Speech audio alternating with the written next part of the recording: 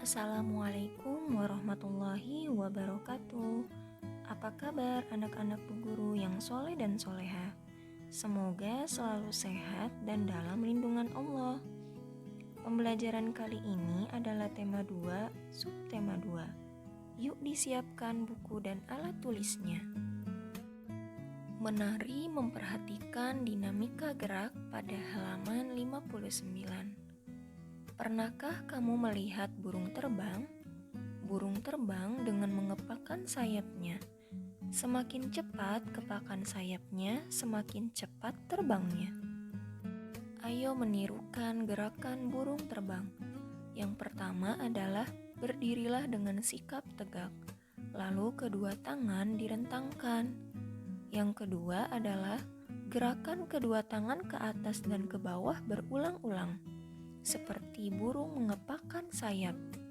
Yang ketiga adalah gerakan kedua kakimu mengikuti irama kepakan sayap. Menyanyi lagu burung kutilang pada halaman 60. Buatlah gerakan tarian sederhana berdasarkan syair lagu tentang binatang, misalnya tentang burung. Perhatikan pada tampilan video berikut ini. Lalu kalian berlatihlah di rumah gerakan tarian dan lagu burung kutilang ya.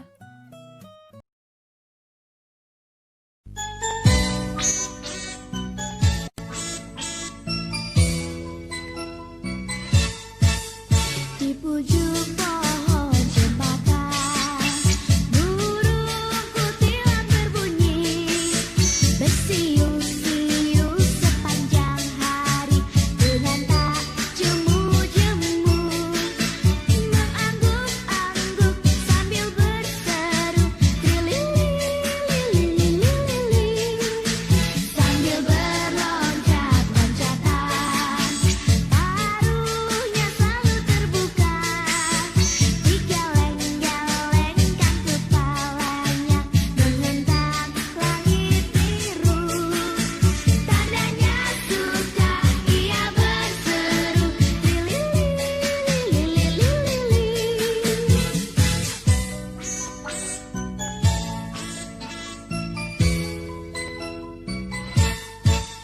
Di pojok pohon cempaka, burung kutilang berbunyi, bersiul-siul sepanjang hari dengan tak jemu-jemu, mengangguk-angguk sambil berseru trilili-lili-lili, sambil berloncat-loncatan, paruhnya selalu terbuka, digeleng-gelengkan kepalanya, menentang langit biru. Tandanya suka, ia berseru trilili-lili-lili. Unsur-unsur pementasan tari pada halaman 61. Ketika membuat pementasan tari, kamu harus memperhatikan unsur-unsur pementasan tari. Unsur-unsur pementasan tari meliputi raga atau gerak, irama, rasa, tata rias, dan kostum, pola lantai, tata panggung, serta properti. Membaca dongeng tentang hewan pada halaman 62. Bacalah atau dengarkan dongeng di bawah ini dengan memperhatikan lafal, intonasi, dan ekspresi yang baik. Kisah ikan dan burung yang bersahabat pada halaman 63 sampai dengan 64. Di sebuah hutan, hiduplah dua binatang yang saling bersahabat. Binatang itu adalah burung dan ikan. Keduanya sangat dekat dan selalu saling membantu. Kedekatan keduanya ini tidak terjadi begitu saja, melainkan melalui suatu kejadian yang mengubah mereka. Waktu itu, ikan sedang beristirahat di pinggiran sungai. Ia memandangi biji-bijian di pohon tepat di atasnya. Kelihatannya biji-bijian itu enak dimakan, kata ikan dalam hati. Ia lalu berusaha meloncat setinggi-tingginya untuk mendapatkannya. Berkali-kali ia meloncat, namun tidak berhasil mencapai biji-bijian itu. Ia hanya bisa memandangi biji-bijian itu. Saat sedang memandangi biji-bijian itu, perhatiannya teralihkan oleh seekor burung yang berterbangan ke sana kemari. "Tuhan, kenapa Engkau tidak memberiku sayap untuk terbang, agar aku bisa meraih biji-bijian itu?" kata ikan dalam hati. Kita tinggalkan si ikan dan beralih ke burung.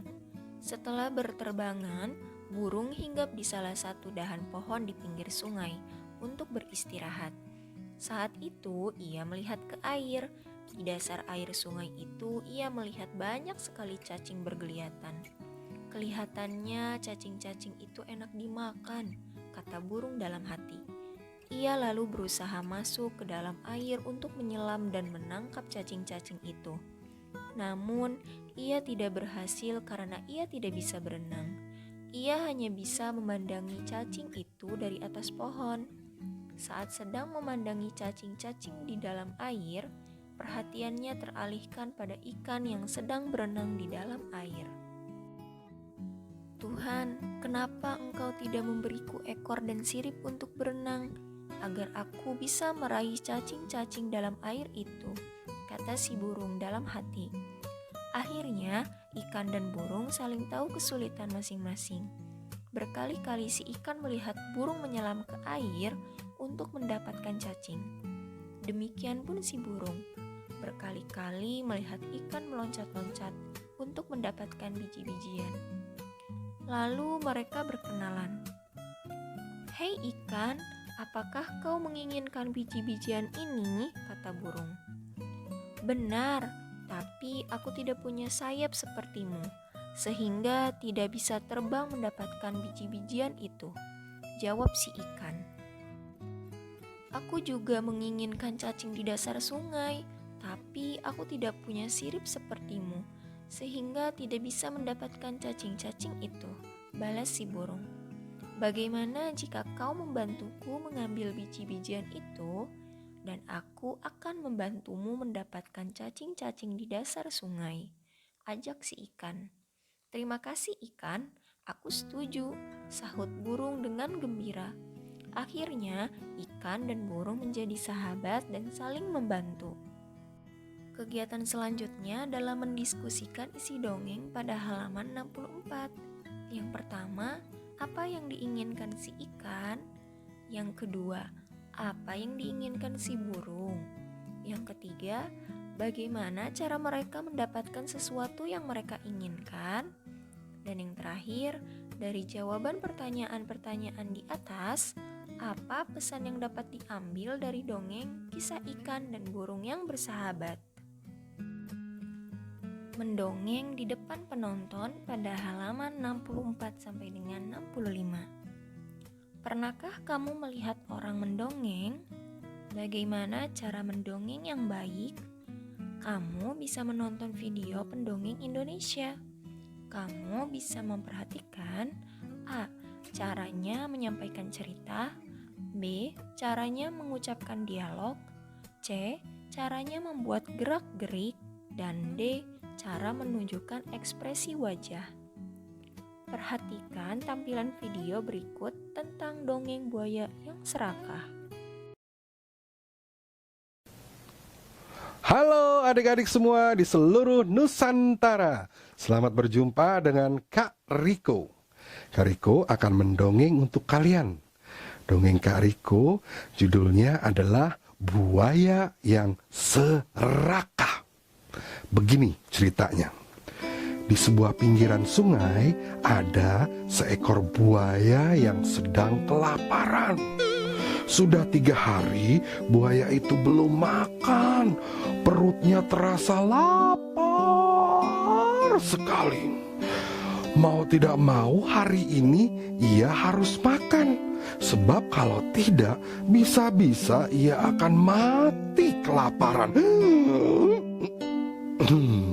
Nah, buaya itu lalu segera masuk ke dalam sungai. Ia berenang perlahan-lahan menyusuri sungai itu mencari mangsa. Belum jauh buaya itu berenang, ia melihat ada seekor bebek yang juga sedang berenang di sungai itu. Buaya segera memburu bebek itu. Mengetahui sedang diburu oleh seekor buaya, bebek itu segera berenang cepat ke darat dan ia berlari sekencang-kencangnya. Tolong, tolong, tolong. Wah, namun buaya terus memburu bebek itu. Kemana bebek itu pergi, kemana bebek itu berlari, terus dikejar oleh buaya. Hingga bebek itu terdesak di sebuah pohon yang besar dan tidak bisa kemana-mana lagi. Mau kemana kau bebek? Aku akan makan kau hari ini. Begitu kata buaya. Bebek pun menjerit ketakutan. Buaya, buaya, jangan kau makan aku. Dagingku tidak banyak. Pasti kau tidak akan kenyang buaya. Jangan makan aku. Lebih baik engkau makan seekor kambing yang ada di dalam hutan.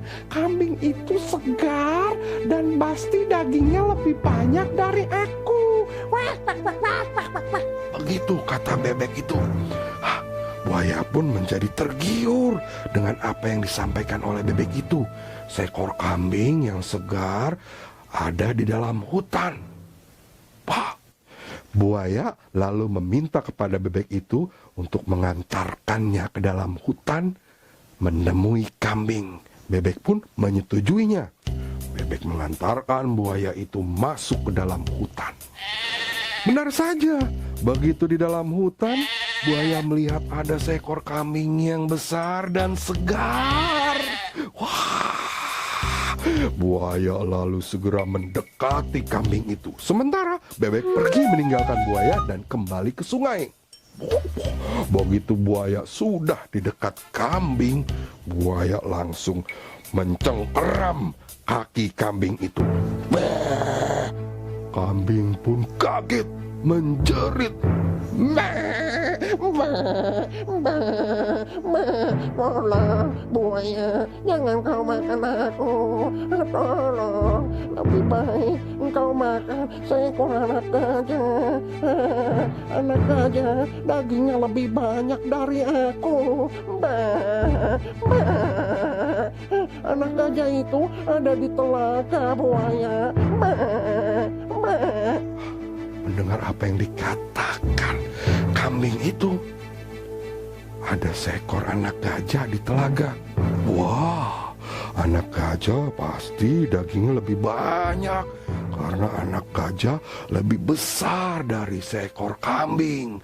Buaya pun tidak jadi memangsa kambing. Ia pergi meninggalkan kambing, ia pergi menuju ke telaga. Begitu sampai di telaga, benar saja ada seekor anak gajah yang besar gemuk. Tentu saja membuat buaya itu tergiur. Buaya segera mendekati anak gajah itu. Ia sudah tidak sabar ingin melahap anak gajah itu. Begitu sudah dekat anak gajah, buaya segera membuka mulutnya lebar-lebar sambil berkata, aku makan kau anak gajah. Anak gajah itu pun berteriak-teriak minta tolong memanggil induknya. Oh, tolong, ibu, tolong. Ada buaya yang mau makan aku. Tolong, ibu. Wah, induk gajah yang tidak jauh berada dari anaknya mendengar teriakan minta tolong anaknya. Segera saja induk gajah datang untuk menolong anaknya. Begitu sudah di dekat buaya, induk anak gajah itu langsung menginjak-injak buaya dengan keras. hingga buaya menjerit kesakitan.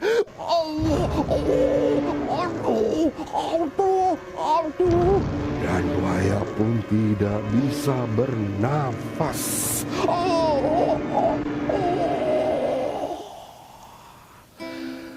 Tamatlah riwayat buaya.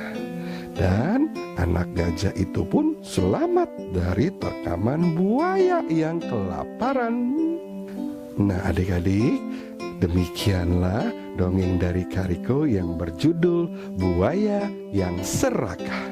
Pelajaran yang bisa kita ambil adalah kalau kita sudah menerima apapun, meskipun kecil atau meskipun sedikit, berterima kasihlah dan bersyukurlah dengan apa yang sudah kita dapat.